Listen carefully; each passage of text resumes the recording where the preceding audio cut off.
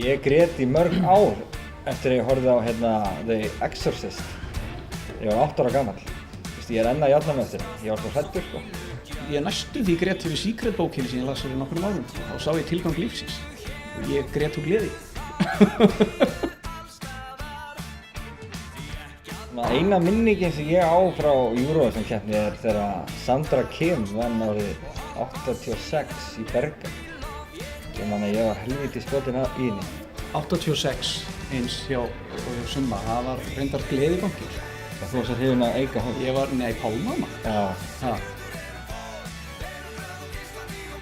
Þessa dagana er ég að hlusta mest á lagið Gleði og glens.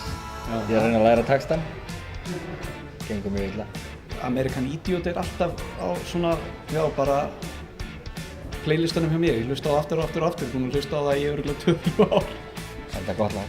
Ég vildi að mér hefði ekki þetta. Ég ætlaði mér að verða slökkviliðsmaður, eins og frændi minn. Ég ætlaði mér líka að vera trommuleikari. Og þú ert bæði. Og ég er bæði í dag.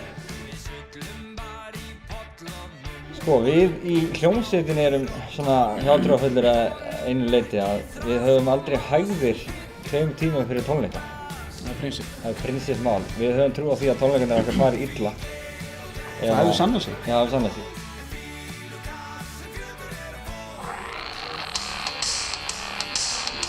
Já.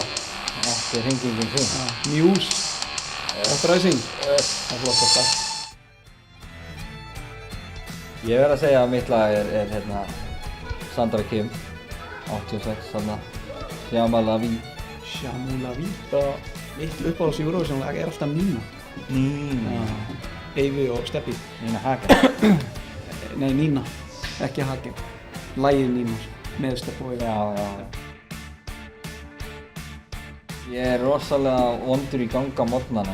Konan mín þarf alltaf að vekja mig eins og börnin sko. Ég detta ofta ekkert í gang fyrir svona bara hálftíma ári sem svo. Já, ég naga neglum. Það er ógeðslegt. Það er rosalega. Ég fer aldrei út í rigningu. Það er enda rétt hjá. Það er bara, mér finnst geðveikt óþægilegt þegar það rignir á mig. Ég var hérna í útkalli í vinnunni. Ég missti af þessu, því miður.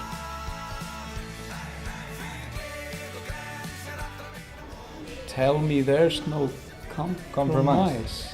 Tell me if there is no compromise.